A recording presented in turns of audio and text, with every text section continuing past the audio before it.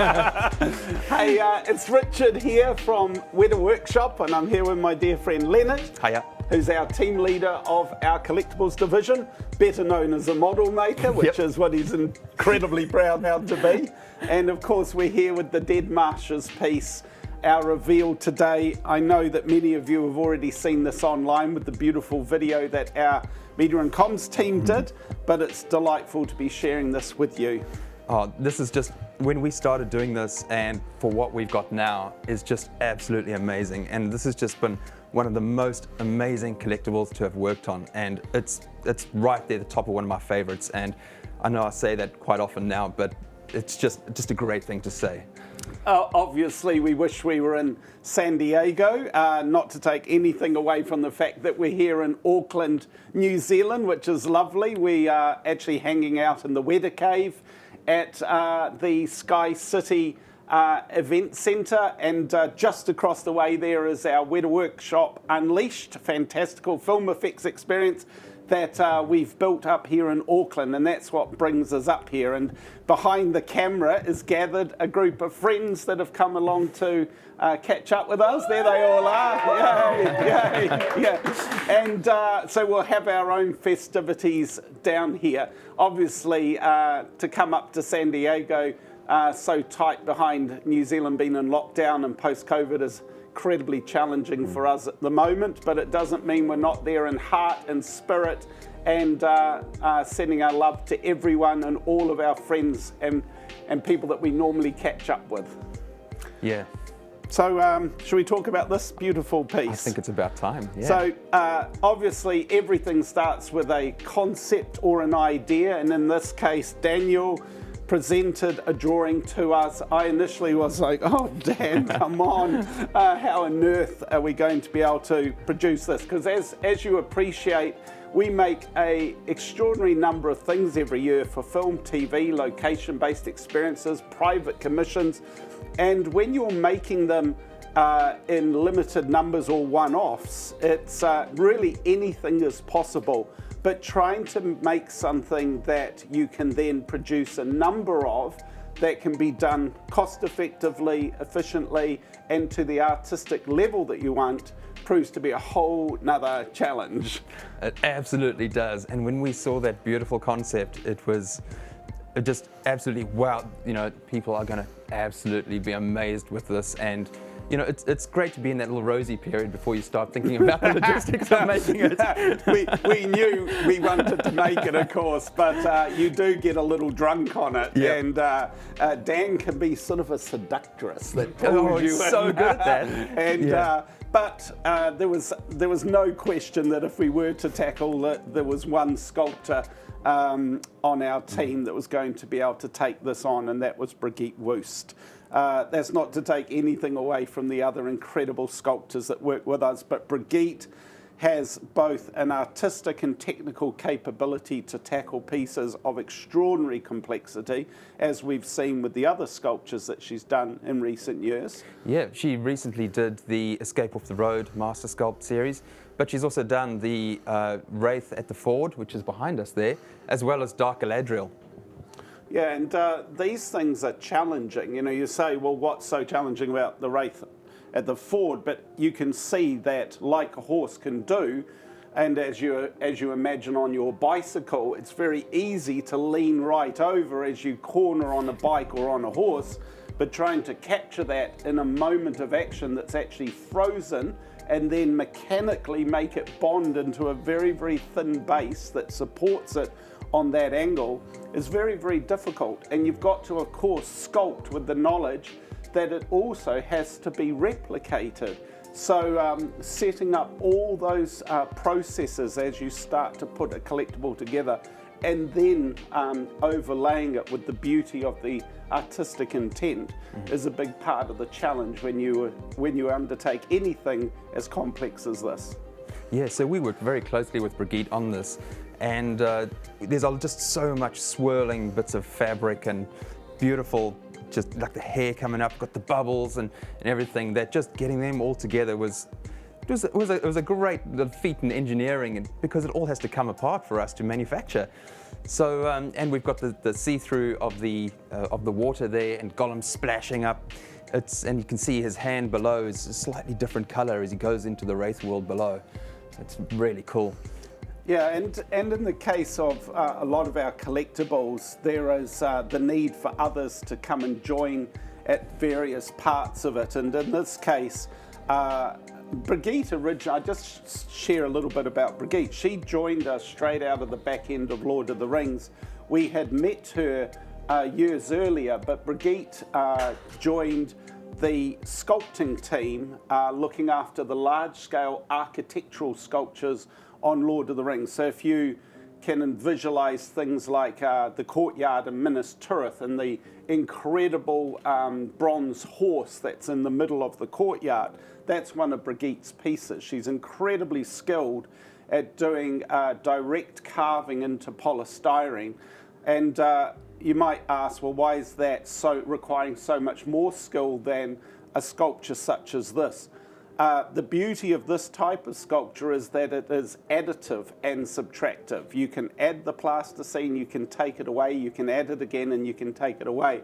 But with carving polystyrene, which is Brigitte's great, one of Brigitte's great sculpting skills, you can't put it back on. So it's very much as if you are carving wood or marble. And it was after she completed on Lord of the Rings that she came and joined us over 20 years ago now to start sculpting with us on a broad variety of things, not just collectibles. She's also done public art sculptures and film sculpting work for us. She worked very heavily on the 8x life-size figures that we did for the Dubai Expo and many other things. And interestingly, the two people that helped out with a bit of the sculpting on this. One of them, Gary Hunt, joined us from exactly the same background. Gary is a British sculptor, immigrated to New Zealand, and he likewise had been working as a Lord of the Rings architectural sculptor, doing the big polystyrene carvings. And Sean Bolton joined us on the 1996 King Kong, when we very first started on King Kong. Unfortunately, it fell over about 6 months in due to Mighty Joe Young coming out. But Sean stayed with us and went right through the Lord of the Rings with us. And his great skill is really fine detail.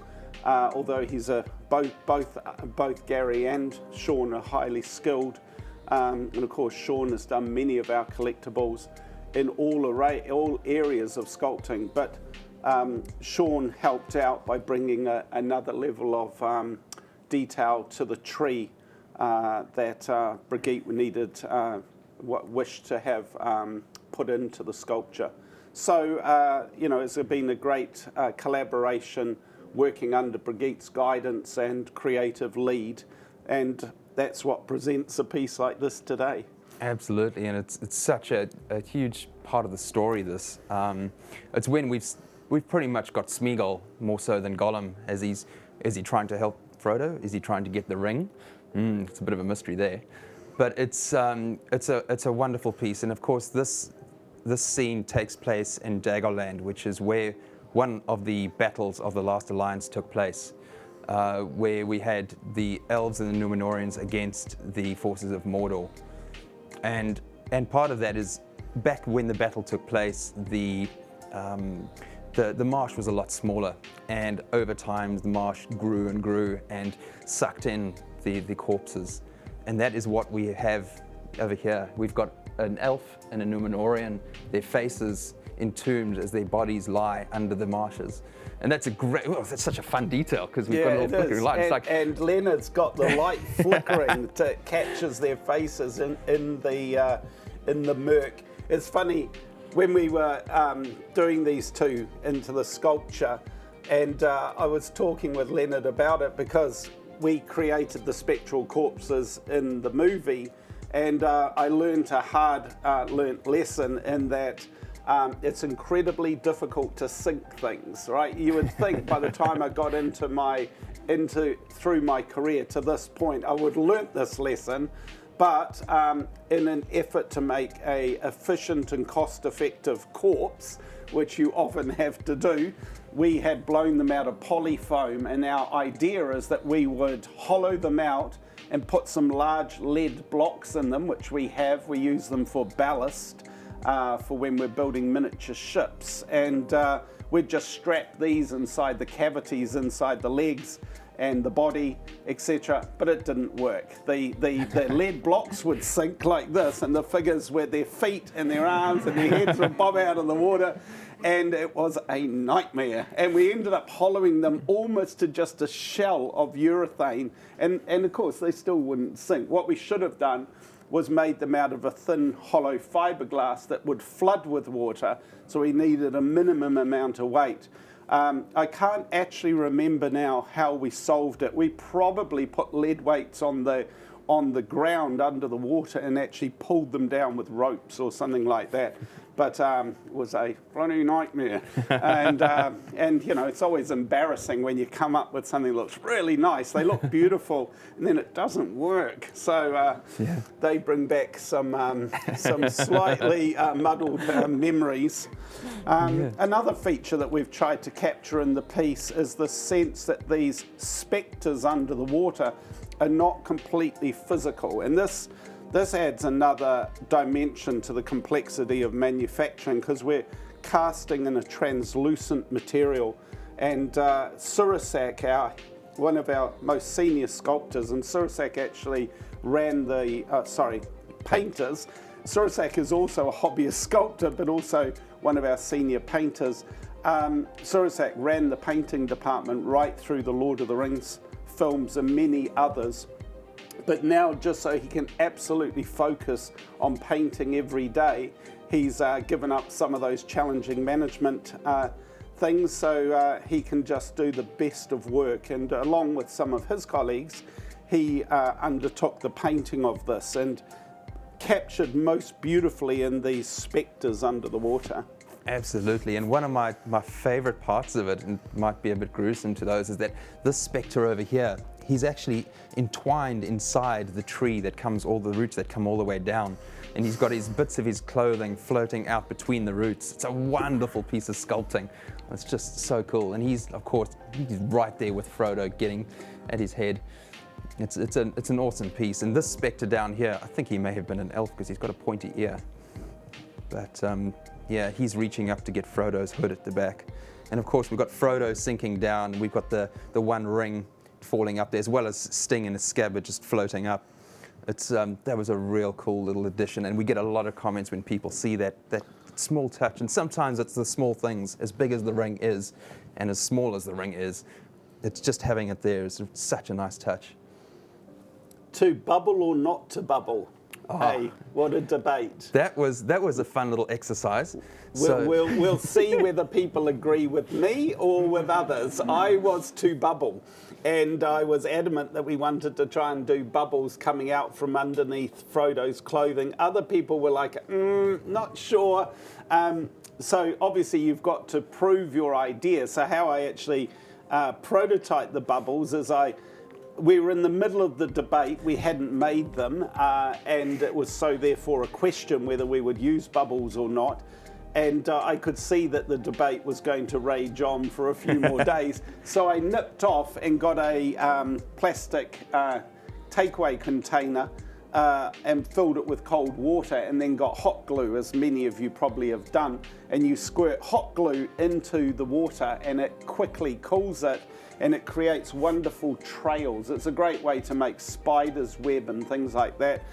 If you're putting gloop out of the corner of a creature's mouth, it's a very cheap, easy way to do slimy gloop.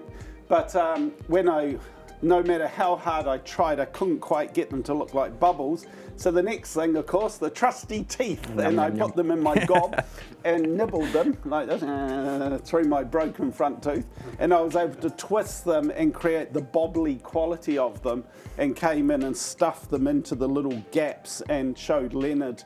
And we all agreed. Well, I'm not sure that we all agreed. The debate rages on, and it always will. Rages on. But I was able to convince enough people that we've put in the little bubbles, and of course then Leonard had to make them as a permanent thing, which you said about digitally doing them, didn't you, Leonard? I just ran a particle simulation and made the bubbles like that. So it was doing that side of it wasn't too bad. But I can say one thing. The bubbles really come into their own when the lights are off. This is one of the few collectibles we make. I can't say it looks better with the lights off, but it looks amazing with the lights off and the lights on. Why don't we do this, actually? You grab the other end of that curtain, and we'll see if we can, because we've obviously got very bright lights. Thank you. So George has just turned off the light, and you can see when it's in a darkened room, it really comes into its own, and very, very beautiful. And we've got as Gollum's candles of the corpses as well on the top. I could imagine having it turned on and then coming down for a late night cup of water and seeing this sitting in the middle of your dining room table.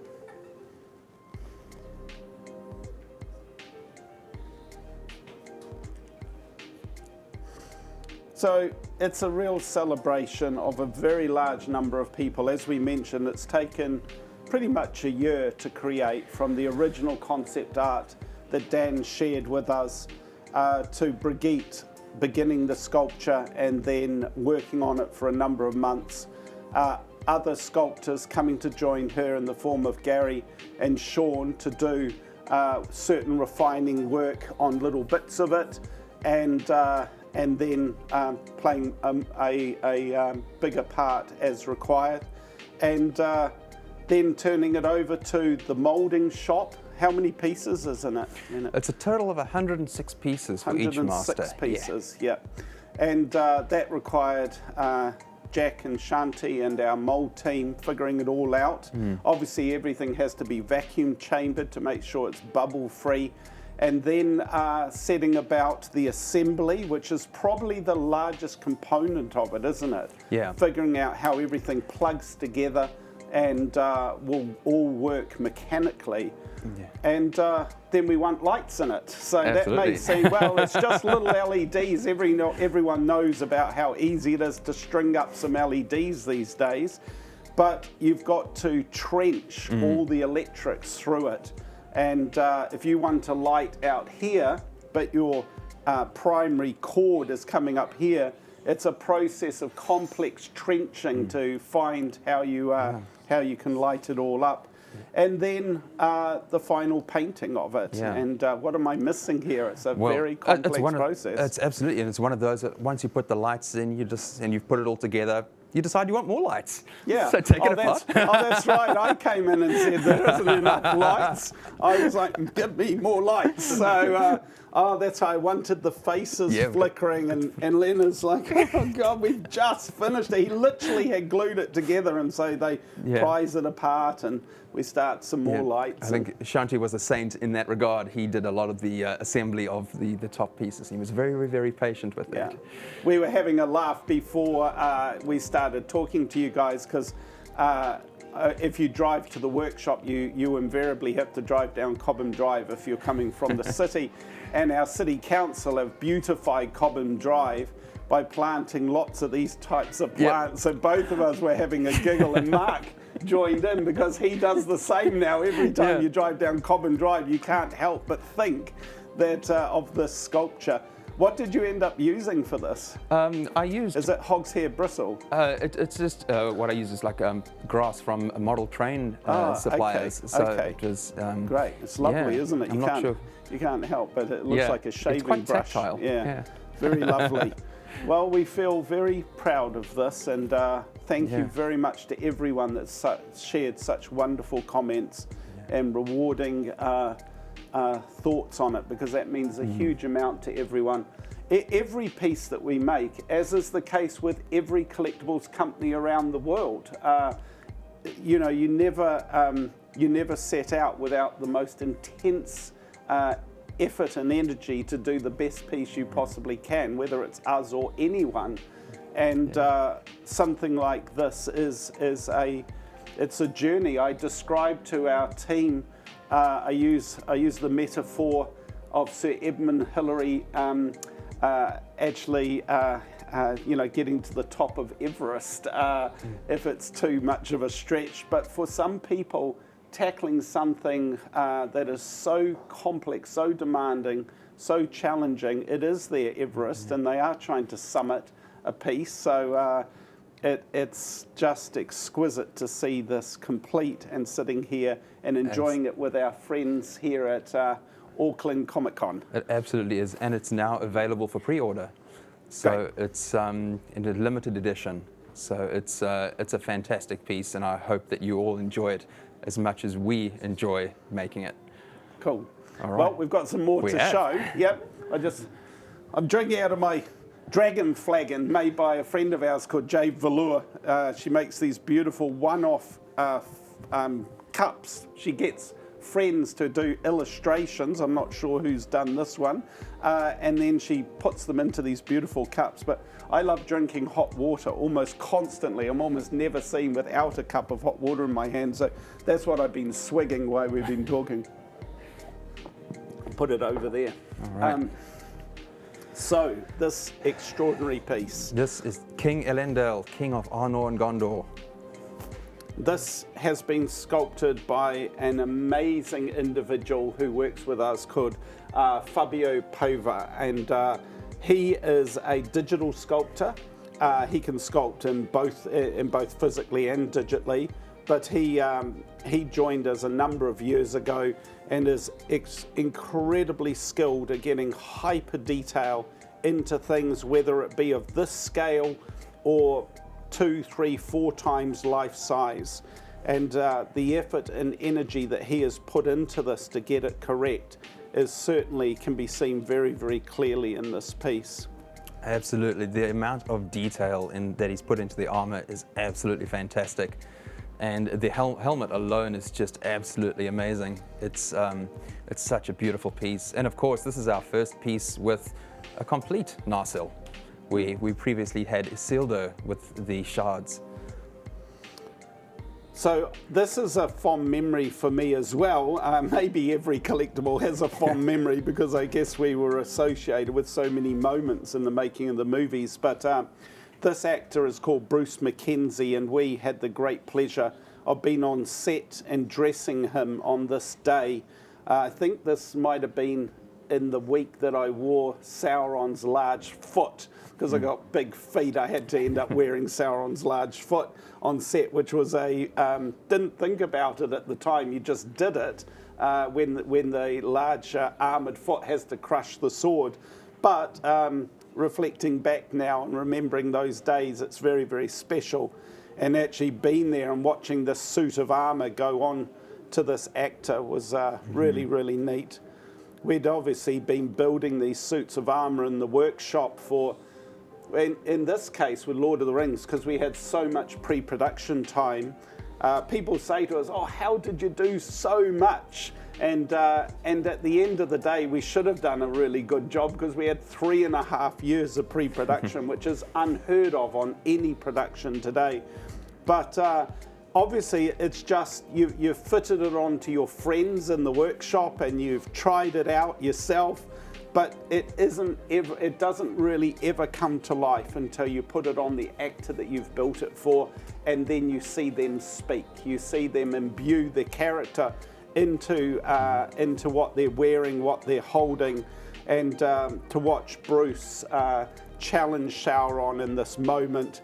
And I would argue that Fabio has caught just the most perfect balance of trying to be strong in front of his men, but anxious in his eyes, realizing that the whole of the world hangs in balance because of the actions he's about to take. Absolutely. Now, Richard, you may be the foot of Sauron, but he is going up against Sauron himself, because last year we released a 1/6 Sauron who is coming down the volcanic rocks of Mordor, of Mount Doom, and here he is climbing up to face Sauron. So he is a companion piece to that Sauron, and they absolutely look amazing together. That, of course, the prologue of the Fellowship of the Ring is just one of those moments in cinematic history that I think anyone who watched it at the time and anyone who watches it now just is absolutely enthralled by it. And so being able to do, you know, remembering that time sitting in the cinema, being able to do these pieces is absolutely amazing.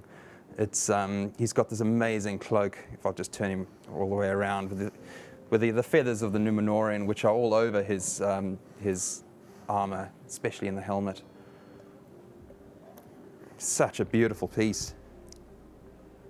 Especially I just love the colouring of the robes. Especially. I'm sorry. Yeah. I work with these things all day and I still get excited about it. It's lovely. Obviously, you've all heard the story of our chainmail. We wanted to. Obviously, we're making a movie inspired by or set in an equivalent to our medieval era, and therefore chainmail is going to be a critical part of our story. And at that point, there were really two choices.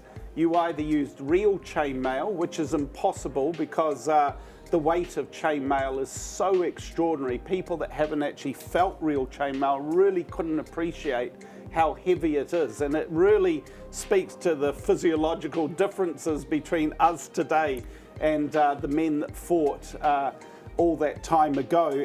Or you use knitting, and as is now famous from the behind the scenes, we ended up commissioning a number of grandmas to come and sit with us and sit around, and as Tanya jokes, we only needed to give them round wine biscuits and cups of tea, but it was much more, you know, we obviously were thrilled to have this group of women in with us knitting chainmail, but it very quickly became evident that wasn't going to work. So I challenged one of our team, Kane Horsham, who was one of our most incredible on-set technicians, but worked with us in the art direction of the armour and the construction of the armour. And he came up with a technique of utilising alkathene pipe put through a little machine that Dominic Taylor invented. And as now is legend, it cut 12.5 million rings, splitting every second ring, because you obviously can keep whole rings, and then you need split rings so you can link it together. And those rings were hand assembled predominantly by just two guys over 3.5 years to make the chainmail. And obviously whenever we do a collectible, and over the 20 plus years we've now been doing collectibles of our work from Lord of the Rings, our ability to replicate that chainmail has got better and better. We used to hand sculpt it all, and hand sculpting chainmail is an amazingly difficult thing because you're sculpting circular rings made out of a wire-like material to create this illusion. But I thought what Fabio's done here is just so extraordinary, so beautiful.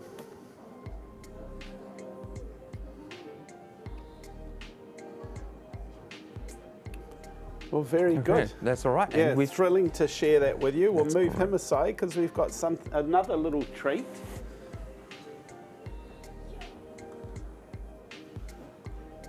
And these two beautiful sculptures have been done by a sculptor called Bao, and he is he's created these two very delightful sculpts of Gollum and Smeagol. And maybe Leonard, you'd like to share with us what's even more special about them, and tell us what scene they're from. So of course, this little Smeagol here, he's from the scene where he's looking into the pond and talking to Gollum, which means that we can do this. Might put that behind you so we go. So this will be a limited release with Gollum and Smeagol. Gollum will be available in an open edition, but this piece, which you'll be able to hang on your wall, because we're going to put a little hanger in the back of Smeagol there. But not only that, you can, of course, if you would like, just have them as bookends for small books. They're Hobbit-sized books. Yeah, exactly. Yeah, and these are beautiful little sculptures. One of our model makers, Tagish, did a whole lot of beautiful work on the base as well, and he was the predominant fixer-upper on that, which is great because he beautiful little pine needles and that he's put in. When Bartle was sculpting this, he drew inspiration from the beautiful piece that Jamie Bess-Warwick did in our Masters collection of Gollum on the rock in his lair. And obviously trying to get the unique anatomy of Gollum and Smeagol is incredibly challenging, because Gollum, he might be very skinny, but he's still incredibly muscular, still very powerful, and with his limbs over length and his feet and his hands larger so that he feels more diminutive, and trying to get the expressions right so that they will read at this scale is very challenging. And Bao's done a very beautiful job, and Tagish has done a lovely piece of model making. Yeah. So It's a really cool little piece. It's fantastic. I actually didn't realise that for this master that Leonard had actually got the magnets in it. So it was delightful today when he showed me that you actually can let go and hold them like this, which is very sweet. So. Yeah, and this set will be available for pre-order soon as well. Cool. And then we have one other. One little last, wreath. lucky last. And this is a beautiful piece, very emotional seeing this. Leonard, why don't you talk us through what this lovely piece is? Here we have the key to Bag End. This is the full-scale replica of the smaller one that we did for the Hobbit hole, the Bag End Hobbit hole. And this, of course, is designed off the John Howe sketch that he did for it. It will be available soon in real metal with a polystone base, but it's absolutely great. I wonder if it opens the door to Bag End itself. That'll be interesting to see. It was originally done by the art department's props making department, I'm sure, and obviously a beautiful piece of model making, and just so wonderfully inspired by that illustration. So if you've got a Hobbit hole at home, or inspiring to build one in your backyard, and I promise you a lot of people have, we've got an amazing collection of pictures that people send in over the last 20 years of Hobbit holes that they have built. Maybe there's now time to put your own lock into it. So hey everyone, once again, it's sad that we can't be seeing you all in person up at San Diego Comic Con, but we're very thrilled to actually be holding our own Comic Con here in Auckland. Even more people have gathered. We've got 3 days of festivities ourselves. We've got our friends and colleagues up here both helping to film, but also putting on painting and sculpting demonstrations.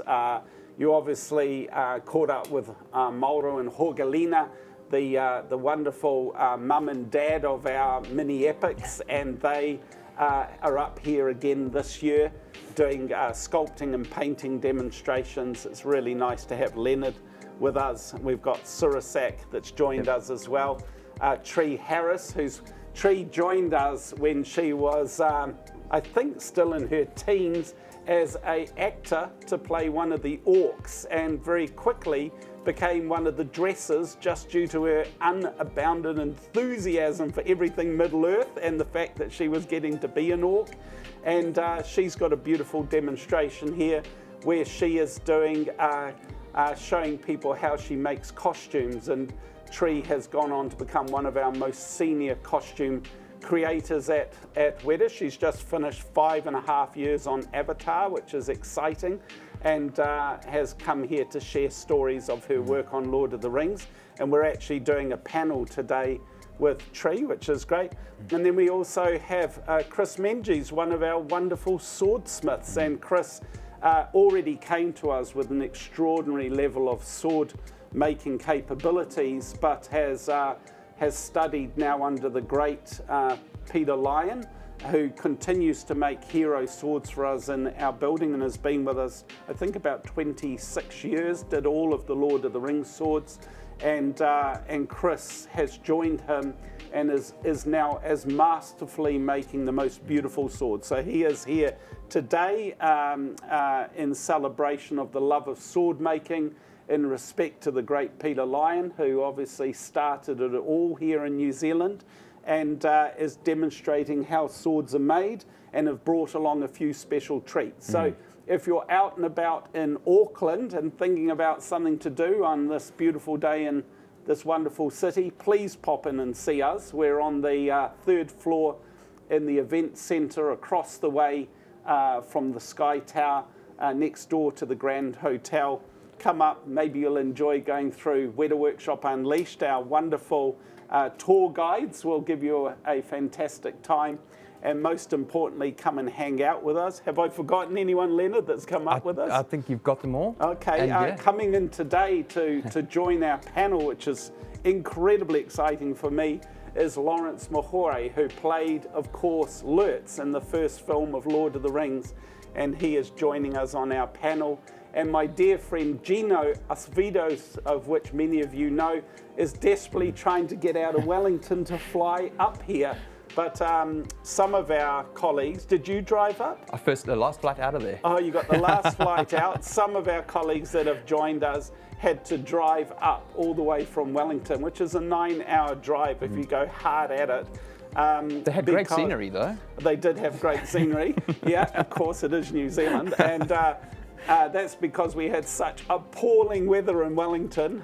Someone told me it got up to 130k winds, that we didn't quite, our pilots are willing to risk a lot to get out of that city, but maybe not 130k.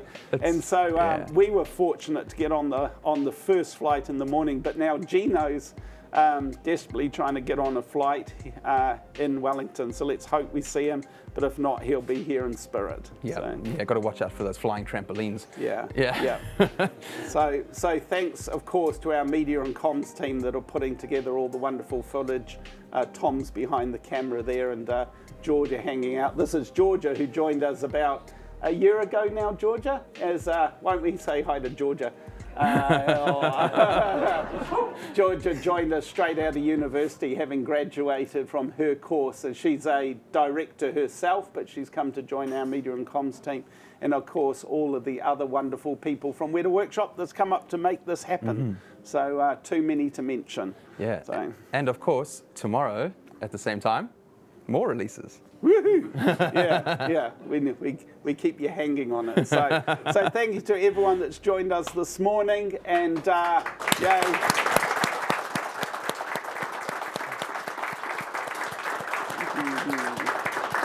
And we look forward to catching up with everyone. And cheers to you all. And it's been a joy presenting our new collectibles to you.